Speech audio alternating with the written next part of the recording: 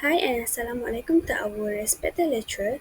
We are Group 5 and today we will be presenting on corporate liability and anti-corruption compliance in Malaysia, evaluating Section 17A of the MACC Act 2009. Our group consists of 5 members, namely Akif Putra, Ifanu Shafira, Nur Aina Hanis, Nur Alia Balkis, and Nur Ani Atikah. Hi, my name is Nur Hanis. Today, I will introduce the topic of corporate corruption and how Malaysia is addressing it through Section 17A of the MACC Act 2009.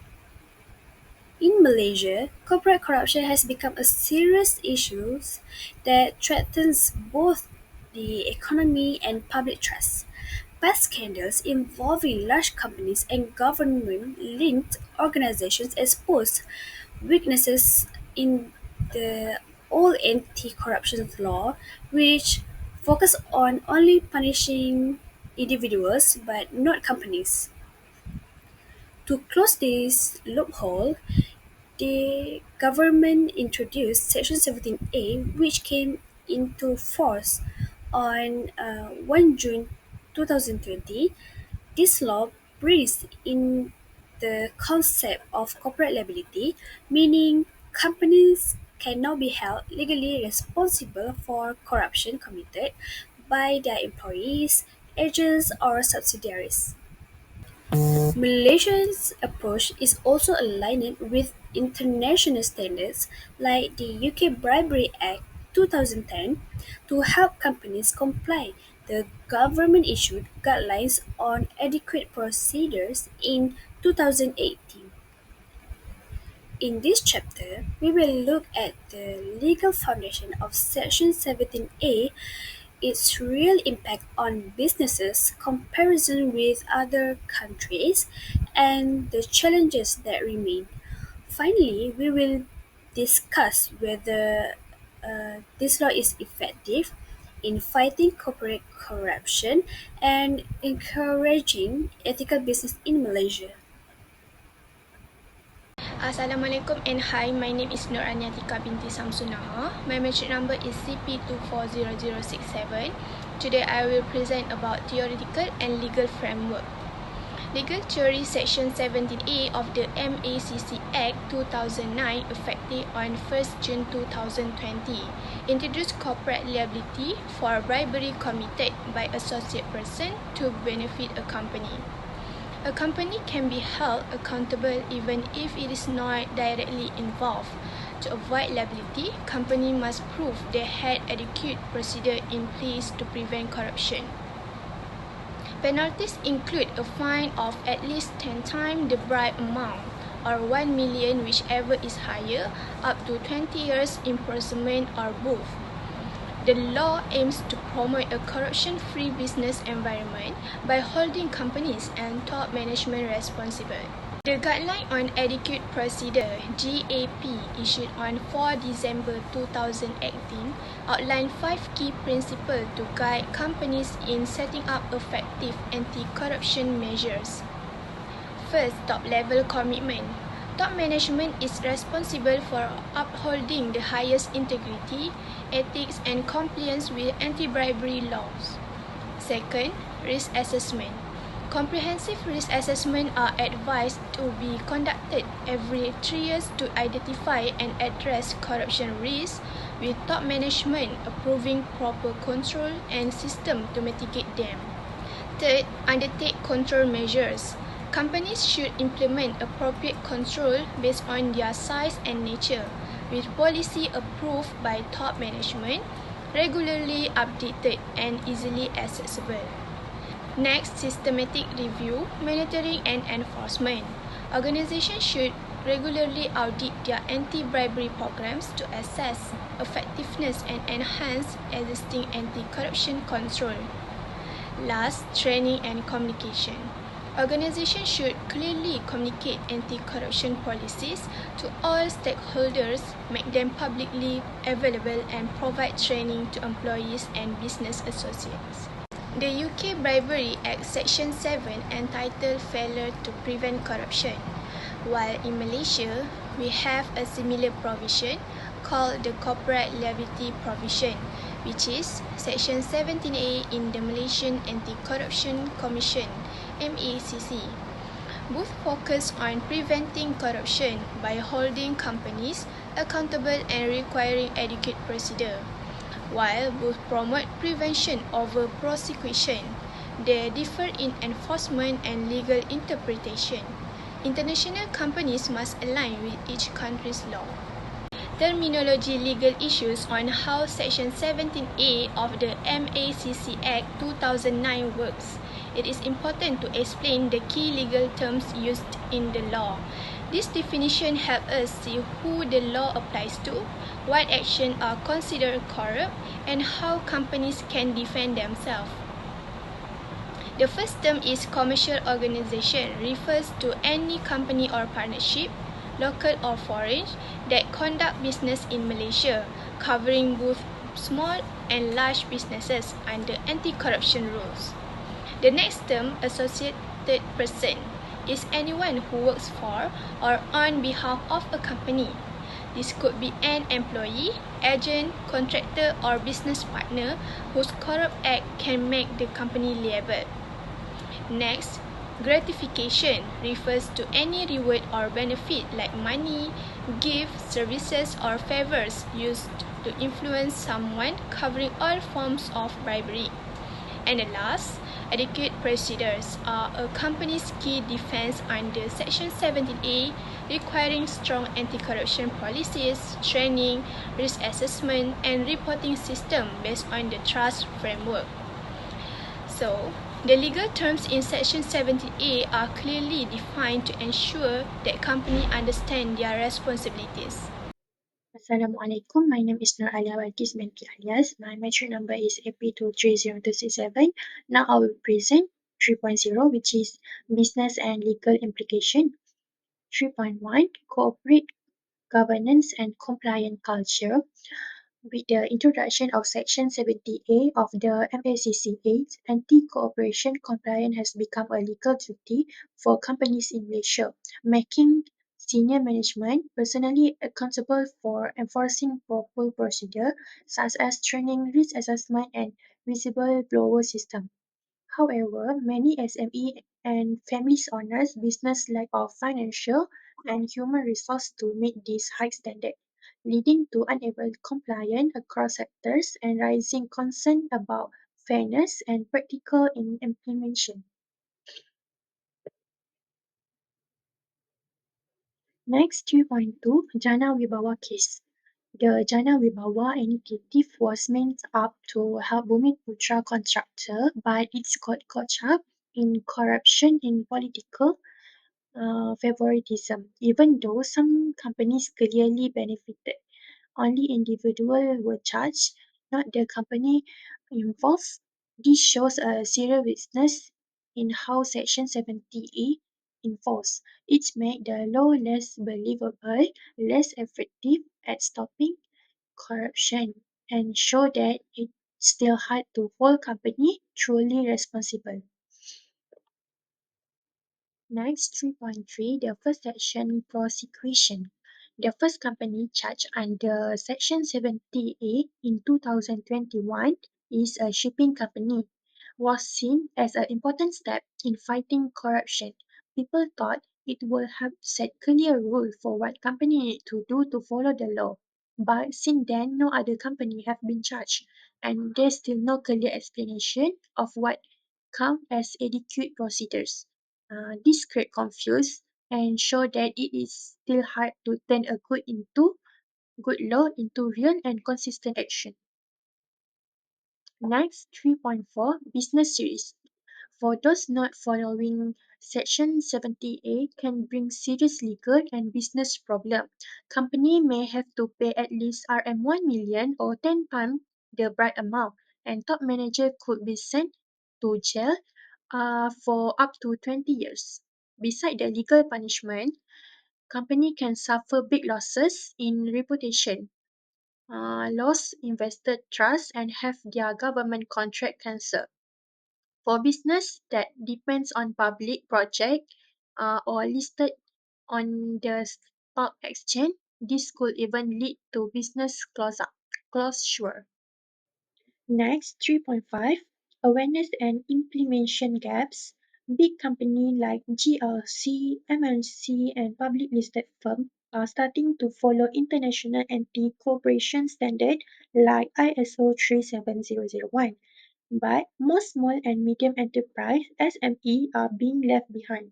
They often don't have enough knowledge, money, or support to set up proper anti-corruption systems.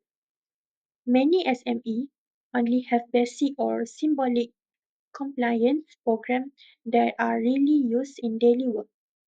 This shows there's are a serious need for more help, including clear guidelines, training, and cooperation between the government and businesses to make sure all companies can meet compliance goals effectively. Assalamualaikum. My name is Aki Putra bin Jaafar and I want to present section 4, which is comparative legal analysis. The first one is 4.1, Malaysian section 70A, progressive law and passive enforcement. Section 70A represents a progressive step in the Malaysian corporate liability by making companies accountable for corrupt acts committed by employees, agents or third parties on their behalf. However, enforcement has been disappointingly passive, with only one corporate case prosecuted since its introduction in 2020, and no action taken in high-profile cases such as Jana Wibawa.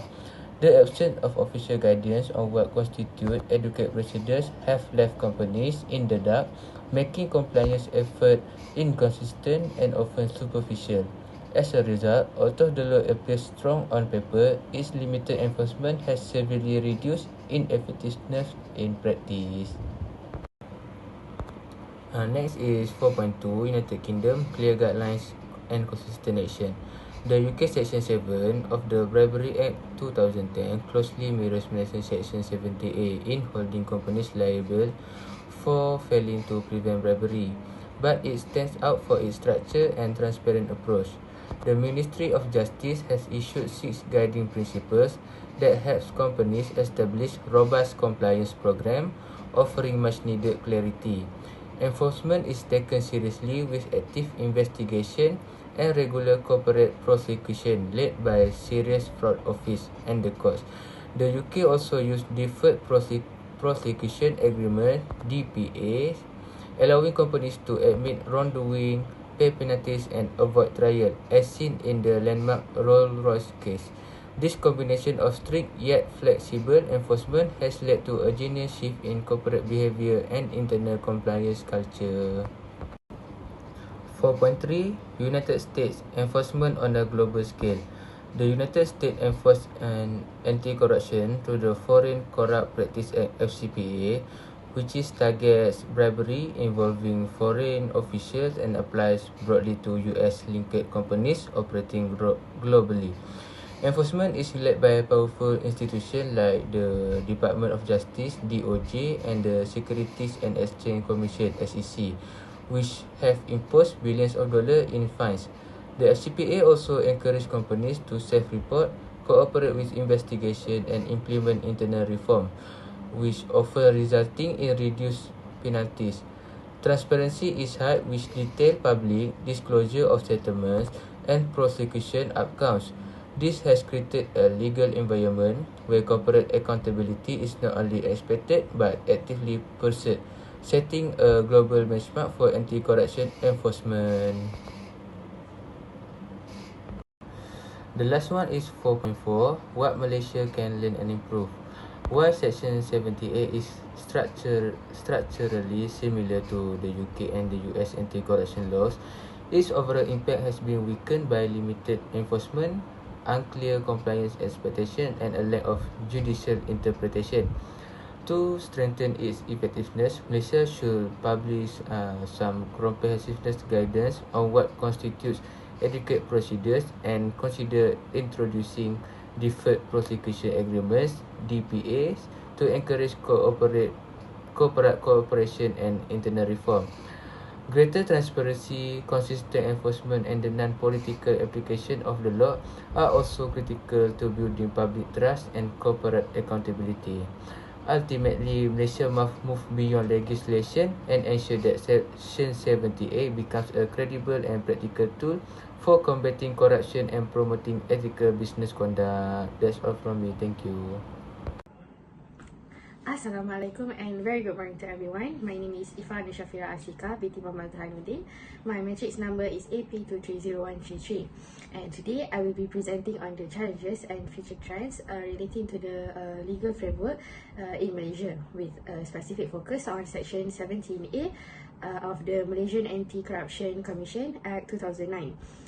In this presentation, I will cover three key areas, which is challenges that businesses face, future legal trends, and also the purpose, reforms, or best practice. So the first topic is challenges that businesses face due to current legal framework. So we will begin with the challenges that businesses face under the current legal framework, particularly the enforcement of Section 17A of the MACC Act. So in Section 17A, it introduces a strict corporate liability, meaning the companies cannot be held liable for corrupt actions that is committed by the employees or business associates, even if the top management was unaware. So this marked a significant shift from previous legal approach, which focused more narrowly on direct involvement or negligence. And because of this, businesses must prove that they've taken reasonable steps to prevent corruption. But what counts as reasonable is actually still unclear, because this legal uncertainty makes it difficult for companies to know if their anti-corruption efforts are more sufficient or not, especially during the investigation. So for the SMEs, the challenges are even greater. Unlike the large corporation with a compliance team and high-tech monitoring tools, SME actually often lack the financial and also the human resources needed to implement proper anti-corruption programs. So adding the complexity is the international dimension, which means businesses can operating globally. Businesses that are operating globally must comply with the various anti-corruption law in different countries, like each with different standards and also enforcement levels. This makes creating a uniform internal policy very difficult, especially in industries that are prone to cross-border bribery and fraud. And then the second topic is future legal trends and expected changes in regulation. So looking ahead, we expect several trends and regulatory changes in Malaysia's legal landscape. Firstly, there will likely be a push for clearer definitions of what counts as adequate procedure under the Section 17A. This would reduce ambiguity and help companies to better align their policies with legal expectation. And then secondly, technology will play a big role. The integration of AI, blockchain, and data analytics can greatly enhance monitoring, detection, and reporting of corruption. We may even see future laws requiring high-risk industries to adopt the technologies that I've mentioned just now. And then third, stricter penalties are anticipated. Like besides fines, we may see penalties such as disqualification of directs, bans from government contracts, and even blacklisting to encourage stronger corporate accountability. Malaysia is also expected to align with global anti-corruption standards such as the OECD and UNCAC frameworks through cross-border cooperation and share the enforcement mechanism. And then lastly, the ESG compliance is becoming more relevant in the near future anti-corruption policies that might require as part of ESG reporting, making the corporate integrity an essential part of business sustainability. The third topic that I'm going to cover for today is suggested legal reforms or industry best practice. So to address these challenges and prepare for future trends, several legal reforms and best practice can be implemented. Firstly, we need a precise definition of reasonable procedures. Sector-specific templates, risk scoring tools, and regulatory checklists can actually help businesses, especially the SMEs, to evaluate their compliance effort more effectively. And then secondly, the government should consider providing financial incentives for SMEs, for example, tax deductions, compliance grants, or subsidized training. Similar to what South Korea actually offers to companies applying for ISO 37001 certification. From an industry perspective, mandatory training on anti-corruption should be institutionalized across all staff levels, particularly for directors and employees in high-risk area. This can help foster a culture of ethics and also accountability. And then technology should also be leveraged. Companies can use AI-based monitoring tools and audit trail systems to detect suspicious transaction or anomalies in their financial systems in real life. And then another critical area is whistleblower protection.